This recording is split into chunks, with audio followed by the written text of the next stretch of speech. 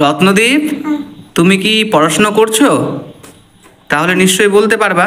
হ্যাঁ, করছি। আচ্ছা, পাখিদের কথা জানো? পাখিদের কথা জানো? হ্যাঁ। আচ্ছা, তাহলে বলো তো কোন পাখিকে ঝাড়ুদার পাখি বলে? বাহ! বলো তো মাছ খায় এমন একটি পাখির নাম? মাছরাঙা পাখি। বাহ! আচ্ছা, একটি নিশাচর পাখির নাম বলো। পেঁচা। বাহ, গুড। নিশাচর মানে কি জানো? উল্লু। না, মানে কি নিশাচর মানে? আচ্ছা। যারা রাতে ঘুরে বেড়ায়। ঠিক আছে। আর ভারতের জাতীয় পাখির নাম কি তাহলে? ময়ূর। বাহ! কোন পাখি ভালো গান গাইতে পারে? ময়না। বাহ! কোন কোন পাখি ডিম আমরা খাই? হাঁস হুম। বা মুরগি। বাহ!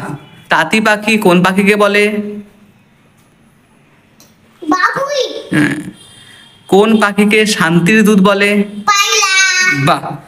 সবচেয়ে বড় পাখির নাম কি? উট পাখি। দর্জি পাখি কাকে বলে? টুনটুনি পাখিকে। বাহ!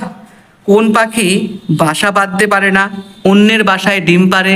কোকিল কাকের বাসায় ডিম পাড়ে। হ্যাঁ।